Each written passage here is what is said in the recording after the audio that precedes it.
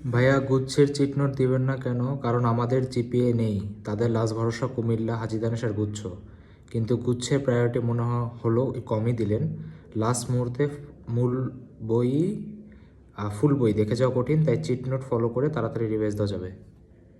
কে বলছে রে তোদের গুচ্ছ তো আমি কম ইম্পর্টেন্স দিছি? খালি ক্যাপশনের লেখা কৃষি গুচ্ছের ক্লাস দেবো দেখে কি মনে হলো? আচ্ছা আচ্ছা, তোদের আমি ক্লাস কন্টেন্ট আমি চেঞ্জ করে দিলাম।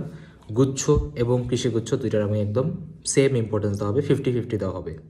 যখন আমি টাইপ লিখে দিব তখন আমি এক সাইডে গুচ্ছ কৃষির লিখবো, এক সাইডে গুচ্ছর লিখবো। যখন আমি চিট নোট দেবো তখন আমি গুচ্ছ কৃষিরও একসাথে দেবো, তখন আমি গুচ্ছরও দিব।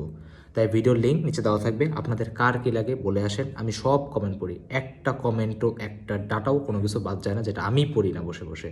ঠিক আছে, আমি কোনো টিমকে কাউকে দেই না, ওইটা আমি নিজে বসে বসে করি, কারণ তোমরাই আমার ফার্স্ট প্রায়োরিটি। ঠিক আছে, আর আরেকটা জিনিস আমি আগের ভিডিওতে বলছি, কালকে রাতে 12টায়, বাট রাতে 12টায় না, কালকে দুপুর 12টায়। ঠিক আছে, স্লিপ অফ টাং। তাহলে কালকে দুপুর 12টায় শুরু হবে। আগে আগে মানে সেহরি করে সবাই ঘুমায় যান, সকালে 12টায় উঠে ক্লাসে জয়েন দিয়ে দিন। ঠিক আছে, আর তোমার ক্লাসের লিঙ্ক ইউটিউবে তোমার লাইভে অলরেডি তোমার কি শিডিউল করা আছে। সো ক্লাসে চলে আসেন আর ভিডিওটা মাস দেখে আসেন।